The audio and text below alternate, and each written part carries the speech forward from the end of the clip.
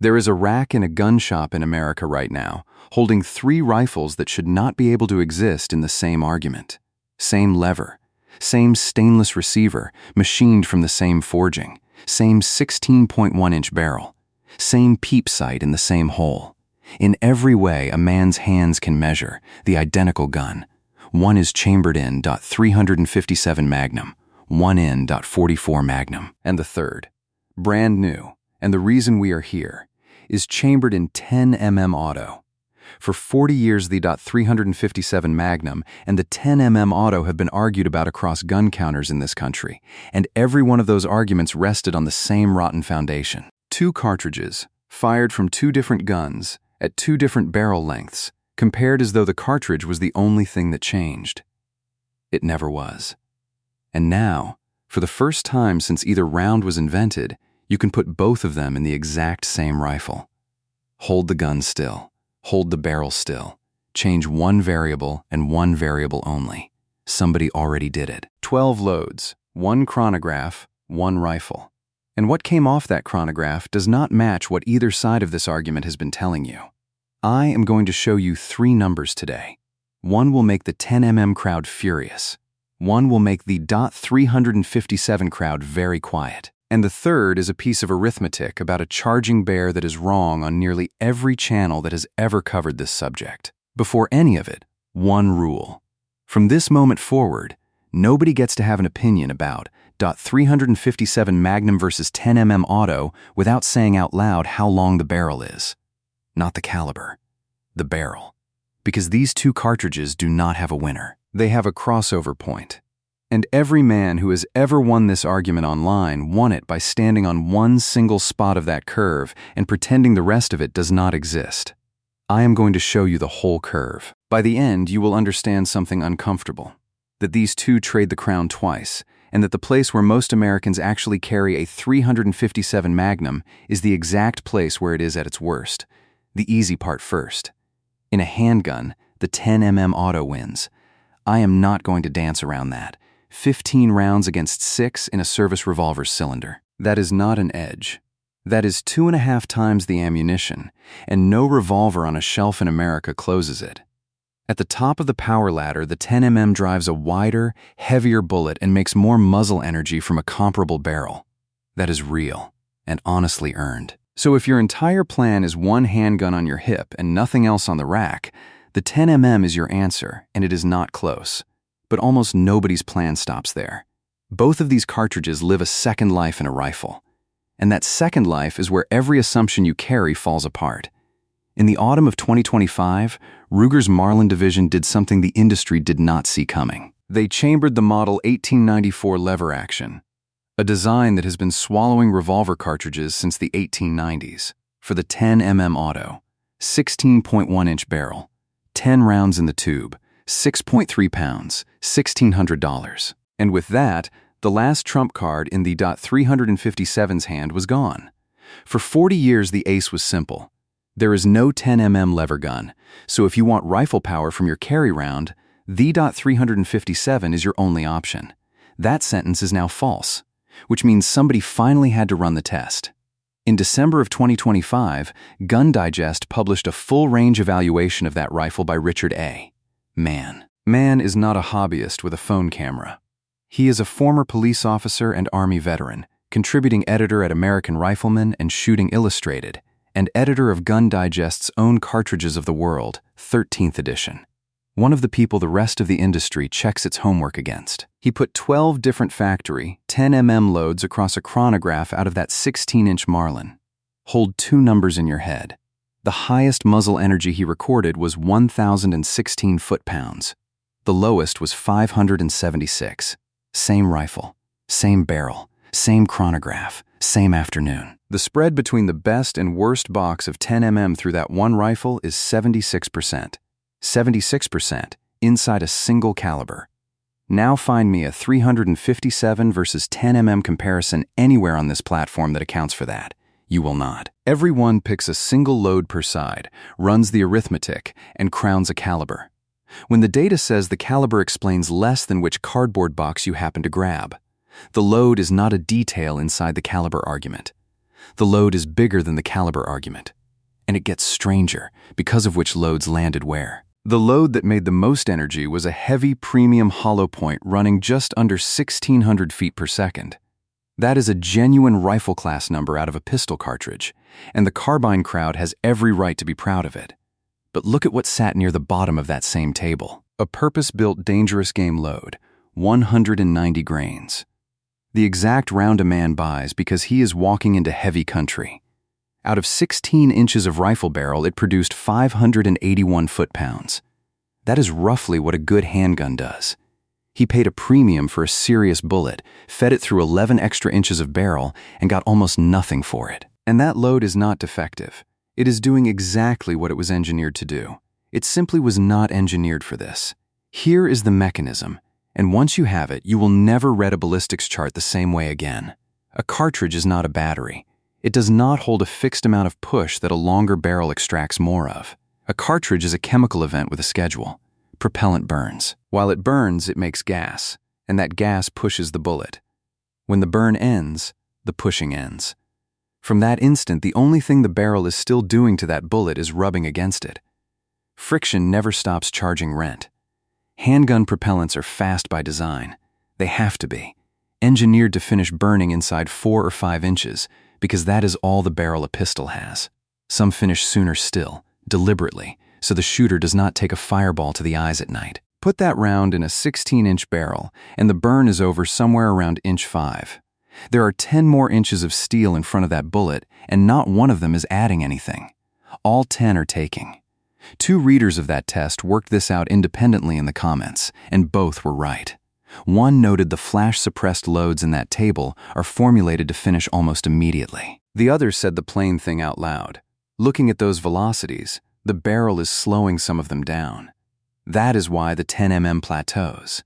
Not because it is weak, because nearly all 10mm ammunition in America is built for a 5-inch pistol, and it is optimized for one whether you own one or not. Which brings us to the best single piece of evidence in this investigation. One no comparison video has ever used, because using it requires knowing how bullets are actually made. When Marlin decided to build that rifle, they could not simply build it. They had to go to Hornady first. The 10mm is a rimless cartridge designed to stack in a box magazine in the grip of an automatic. Lever actions have no box magazine. They have a tube under the barrel, and in that tube, every cartridge sits nose to primer with the one ahead of it. That geometry has been a problem for 130 years. Put a pointed bullet in a tube, and the tip of one round rests on the primer of the next. Recoil slams the column forward.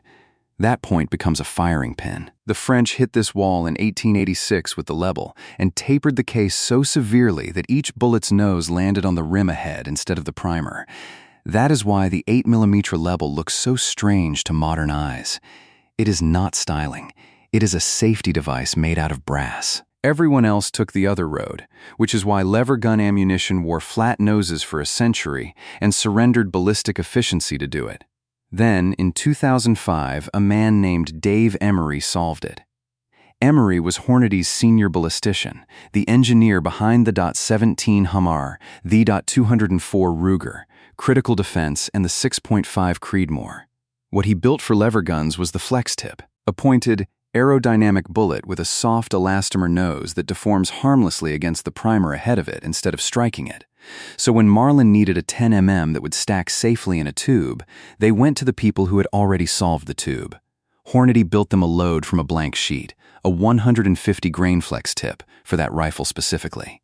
Follow this closely. That purpose-built load, engineered from scratch for that exact rifle by the company that invented the technology, produced 576 foot-pounds, the lowest figure in the entire 12-load table, and it grouped at 1.17 inches at 100 yards when the rifle's average across every other load was 3.06.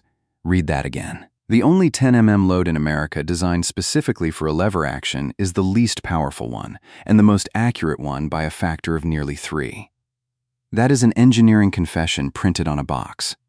Hornady optimized for feeding, function, and accuracy, not muzzle energy. Because they already knew what man wrote in his own review, in a sentence the marketing department must have hated. His words, in Gun Digest, ballistically, a lever gun in 10mm offers no advantage over a lever gun in .357 or .44 Magnum. The man who tested the rifle, liked it, and recommended it told you plainly that the caliber is not why you would buy it. He gave two honest reasons for it to exist. It holds more rounds. It shares ammunition with a 10mm handgun. Both are real. Neither is what the internet is arguing about. Now penetration. And this is the number that is going to cost me subscribers. The 10M's entire identity is deep penetration. Heavy bullet, straight line, through bone. That is why men carry it into timber. Penetration in heavy tissue is driven by several things, and one of the largest is sectional density. The weight of the bullet measured against the frontal area it has to shove out of the way. A long, thin nail enters a board more easily than a short fat, one of the same weight. Sectional density puts a number on that. So let us run it out loud, on the two flagship Woods loads. The 10ME's most respected bare bullet is 220 grains at 400 thousandths of an inch. Sectional density, 0.196. The .357's heavy hardcast is 180 grains at 357 thousandths. Sectional density, 0.202. The .357 is higher. The smaller, lighter, supposedly weaker bullet has more sectional density than the heaviest bare bullet the 10mm offers. I will not overclaim. Sectional density is not the only thing deciding penetration. Nose shape matters enormously in hard cast, and a bullet that holds together beats one that does not, regardless of arithmetic. But I will say this without a hedge. The single mechanical figure the 10mm's deep penetration reputation is supposed to rest on. The one number a man could point at to prove his bare round is the serious one. Goes to the .357 Magnum. If you carry a 10mm and that makes you want to argue with me, the comments are open and I mean it. Bring numbers.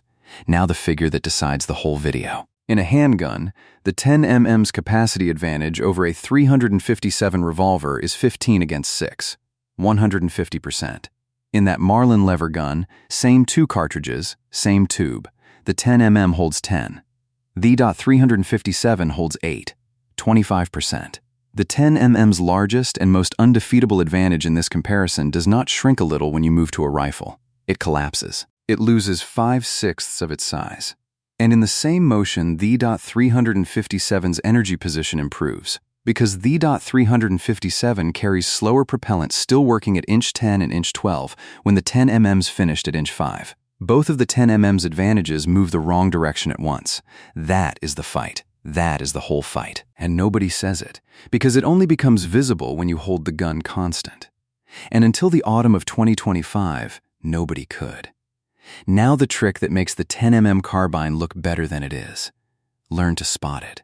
The comparison is normally run like this. The 10mm gets tested in the 16-inch Marlin and turns in about 1,000 foot-pounds. Then the .357 gets quoted at roughly 1,400, and the .157 wins by 40%. Go check where that 1,400 came from. An 18 or 20-inch barrel. That is not a caliber result. That is a barrel result wearing a caliber's clothes. You handed one cartridge 4 extra inches of steel and then announced the cartridge is better. The identical sin the box versus chronograph crowd spends the opening 5 minutes of every video complaining about, committed by the same people in the second half of the same video. Run it honestly. Same rifle, same 16 inches, both chamberings, published factory ammunition. The 10mm's best of 12 reach is about 1,000 foot-pounds. Common .357 hunting ammunition from a similar barrel lands near 1,000 to 1,100. Heavy premium .357 pushes past 1,200. The .357 still wins. On energy past about 10 inches, on sectional density, and on ammunition you can buy in a hardware store in a town of 900 people. But it wins by 15 to 25%, not 40. A man deserves to know the real size of the thing he is choosing.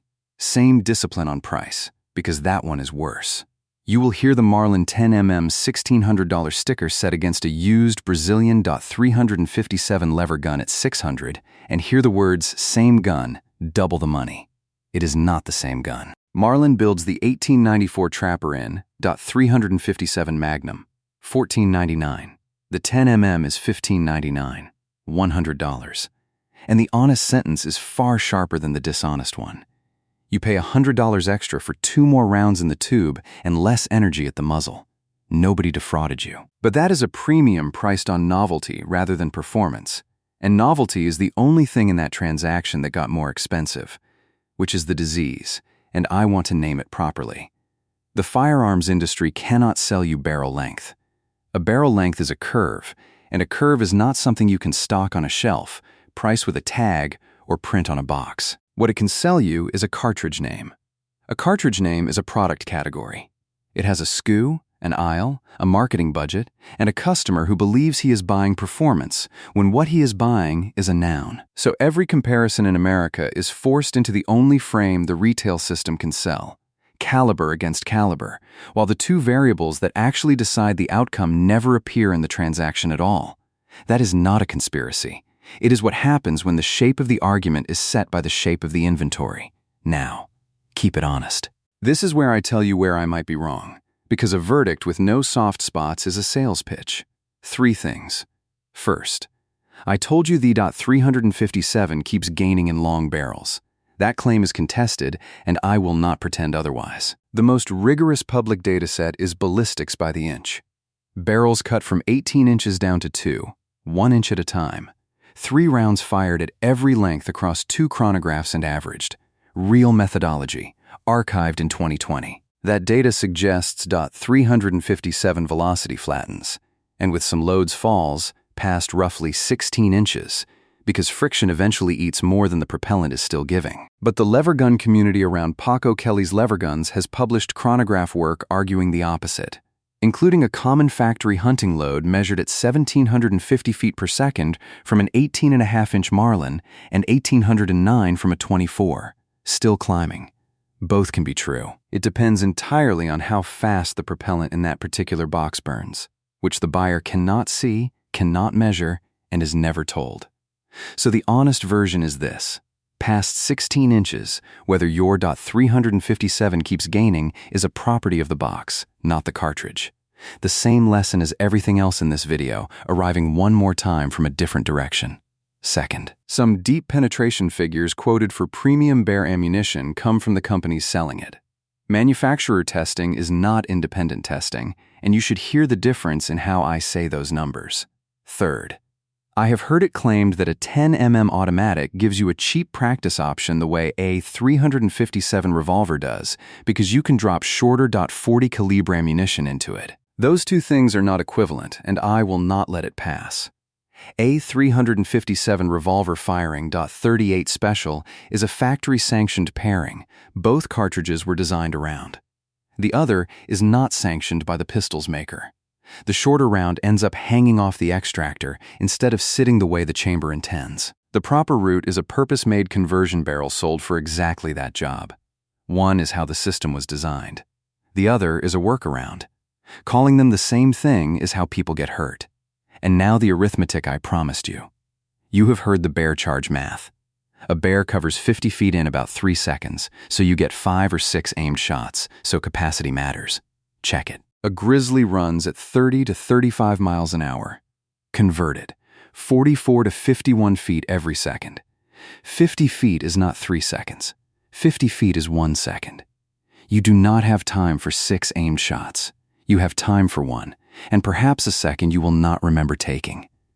That single correction detonates both sides of the capacity argument at once. 15 rounds does not save you. Neither does 6.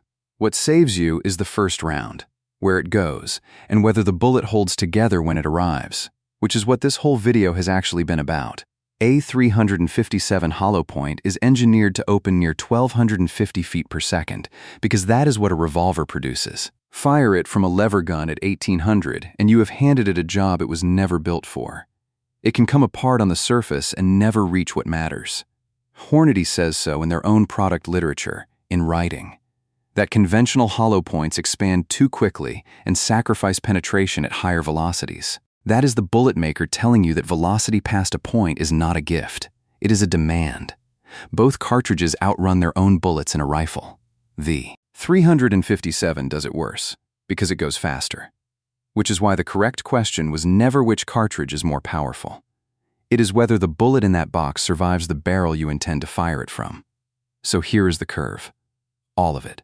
At 2 inches, in a snub nose, the .357 Magnum is the worst cartridge in this entire video. A large share of its propellant burns outside the muzzle as a fireball. It recoils viciously, and a great many .357 snubs in America are functionally .38 specials that also blind their owner in the dark.